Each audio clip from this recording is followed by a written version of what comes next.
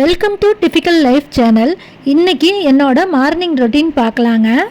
காலையில் சமையல் ரூம்குள்ளார வந்தோடனே அரிசியை ஊற வச்சுட்டு ஒலையை தாங்க முதல்ல வைப்பேன். இப்போ உங்களுக்கு எல்லாத்துக்கும் ஒன்று தோணலாம், ஏன் குக்கர்லேயே சாப்பாடு ஆக்கலாம்னு. என்னங்க செய்கிறது, தவளையில் ஆக்கி சாப்பிட்டு பழகியாச்சு. அதுதான் ரொம்ப டேஸ்ட்டாகவும் இருக்குது, ஹெல்த்துக்கும் இப்போ நல்லதுங்க. அதுதாங்க சரி. தண்ணி கொதிச்சு வர்றக்குள்ளார நம்ம முதல்ல தீயை போட்டுடலாங்க. இந்த தீயை போட்டு கொடுத்தாதாங்க எல்லாரும் பேசாமல் இருப்பாங்க, இல்லைன்னா டீ வேணும்னு கேட்க ஆரம்பிச்சிடுவாங்க காலையில். அதனால் முதல்ல இந்த தீயை வச்சிடலாங்க. டீ போடும்போது எப்பயுமே டீத்தூள் போடும்போதே சர்க்கரையும் போட்டு கொதிக்க விட்டுறணுங்க. அப்போ தான் சர்க்கரையில் இருக்க தூசி குப்பையெல்லாம் நம்ம வடிகட்டும் போகும்போது வடிகட்டியில் தனியாக நின்றுக்குங்க. அதனால எப்பயுமே இப்படி போடுங்க, நல்லாயிருக்கும். டீ கொதிக்கிறதுக்குள்ளார சாம்பாருக்கு பருப்பு, தக்காளி, வெங்காயம், பூண்டு, கருவேப்பிலை எல்லாத்தையும் போட்டு குக்கரை மூடி இன்னொரு அடுப்பில் வேக வச்சிடலாங்க. இப்போ டீ கொதிச்சு வந்துருச்சு. டீயை வடிகட்டி எல்லாத்துக்கும் கொடுத்துட்டு அப்படியே நாமளும் வேலையை பார்த்துக்கிட்டே டீயை குடிக்க ஆரம்பிக்கலாங்க. பருப்பு வெந்து விசில் வர்றக்குள்ளார காயெல்லாம் எடுத்து ரெடியாக வச்சுக்கலாங்க. முருங்கைக்காய், கத்திரிக்காய் போட்டு சாம்பார் வைக்கலான்னு இருக்கீங்க. இந்த முருங்கைக்காய் போட்டால் தாங்க அந்த சாம்பாரே டேஸ்ட்டு. இந்த முருங்கைக்காய் போடலைன்னா சாம்பார் நல்லாவே இருக்க மாட்டேங்குதுங்க. அதனால தவறாமல் முருங்கைக்காவை போட்டுருவீங்க. முருங்கைக்காய் சீசனுக்கு தெரிஞ்சவங்க, பக்கத்து வீட்டில் இருக்கவங்க எல்லாருமே முருங்கைக்காய் கொடுத்துருவாங்க, பிரச்சனையே இல்லை. அந்த சீசன் இல்லாதப்போ முருங்கைக்காய் மரத்தில் காய்ப்பே இருக்காதுங்க. அப்போ தாங்க பெரிய பிரச்சனையாக இருக்கும். இந்த சாம்பார் நல்லாவே இருக்காதுங்க. என்ன செய்யறது? இப்போ ஒலை தண்ணி நல்லா கொதிச்சிருச்சுங்க. இப்போ தூக்கி அரிசியை போட்டுடலாங்க. இப்படி தண்ணி நல்லா கொதிச்சு அரிசியை போட்டோம்னா அன்றைக்கி சாப்பாடு ரொம்ப நல்லா இருக்குங்க. அவசரப்பட்டு முன்னாடி ஒலை வர்றதுக்கு முன்னாடியே போடக்கூடாதுங்க. தேவையான உப்பையும் போட்டுக்கலாங்க. இந்த சாப்பாடு கொதிச்சு வேகிறதுக்குள்ளார நம்ம சாம்பார் வேலையை பார்க்க ஆரம்பிச்சிடலாங்க. முருங்கைக்காவை நம்ம கட் பண்ணி வச்சுருக்கறதுனால அப்படியே எடுத்து போட்டுடலாங்க. இந்த கத்திரிக்காயை தான் பார்த்து அறியணுங்க. உள்ளக்குள்ளார சொத்த கத்திரிக்காய் இருக்குதான்னு சொல்லிட்டு மறக்காமல் பார்த்துட்டு அதை கட் பண்ணி போட்டுட்டு மிச்ச கத்திரிக்காவை போட்டோம்னா டேஸ்ட்டாக இருக்குங்க. சாம்பாருக்கு காய் போடும் போகும்போதே முக்கியமாக புளியையும் கரைச்சி ஊற்றிடுங்க. எல்லாரும் கடைசியில் தான் புளி ஊற்றணும்னு சொல்லுவாங்க. ஆனால் நீங்கள் ஒரு நாளைக்கு இப்படி செஞ்சு பாருங்களேன், அவ்வளோ டேஸ்ட்டாக இருக்கும்.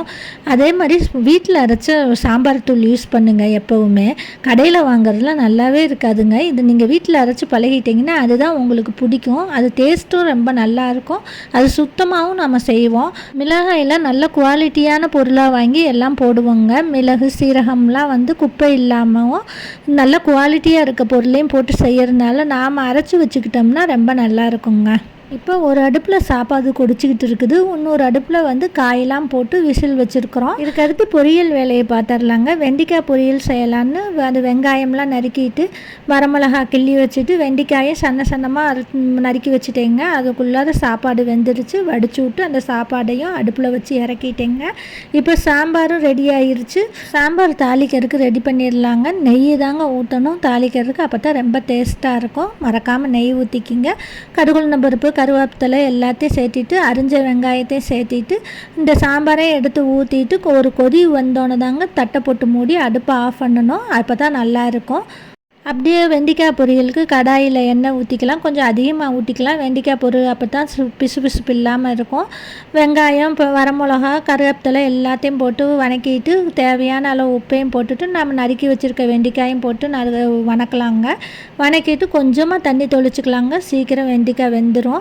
அப்புறம் மூடி வச்சிட்டோம்னா நம்ம ஒரு தடவை 2 தடவை எடுத்து நல்லா பெரட்டி போடலாங்க. அப்புறம் தண்ணியெல்லாம் சுண்டனோன்னு நல்லா எண்ணெய் பிரிஞ்சு வந்தோன்னே வெண்டைக்காவையும் நம்ம இறக்கி வச்சிட்டோம்னா வெண்டைக்காய் பொரியல் ரெடிங்க. எப்பவுமே சாம்பாருக்கு வெண்டைக்காய் பொரியல் வச்சோம்னா சீக்கிரம் தீந்துருங்க. இந்த வெண்டைக்காய் பொரியல் சாப்பாட்லேயும் போட்டு சாப்பிடுவாங்க, சைட் டிஷ்ஷாகவும் வச்சு சாப்பிடுவாங்க. அதனால வெண்டைக்காய் பொரியல் சாம்பார்னா ரொம்ப நல்லாயிருக்கும். சரி, டிஃபனுக்கு பணியாரம் ஊற்றிடலான்னு சொல்லி போட்டு பணியார சட்டியை வச்சு காஞ்சோன்னா எண்ணெயை ஊற்றி பணியாரத்தையும் ஊற்றிட்டேங்க.